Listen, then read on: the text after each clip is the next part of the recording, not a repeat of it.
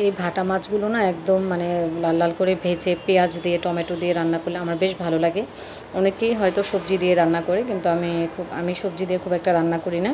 আমার কাছে হচ্ছে একটু টমেটো দিয়ে বা এমনি পেঁয়াজ দিয়ে রান্না করলে খুব ভালো লাগে।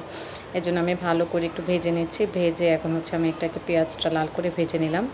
ভেজে যে মশলাগুলো আমি সবসময় দিয়ে থাকি, হলুদ, মরিচ, ধনে, সামান্য একটু আদা রসুন বাটা দিয়ে আমি হচ্ছে মশলাটাকে ভালো করে কষিয়ে নিচ্ছি। মশলাটা কষানো হয়ে গেলে আমি এখানে একটু টমেটো দিয়ে দিব। যেহেতু আমি বলেছি টমেটোটা দিলে ভালো লাগে, আমি টমেটোটা দিই।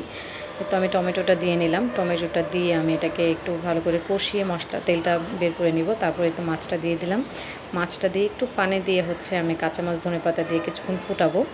ফুটিয়ে হচ্ছে সামান্য একটু ঝোল ঝোল মাখা মাখা আঠা আঠা ঝোলটা থাকবে। এভাবে রান্না করব।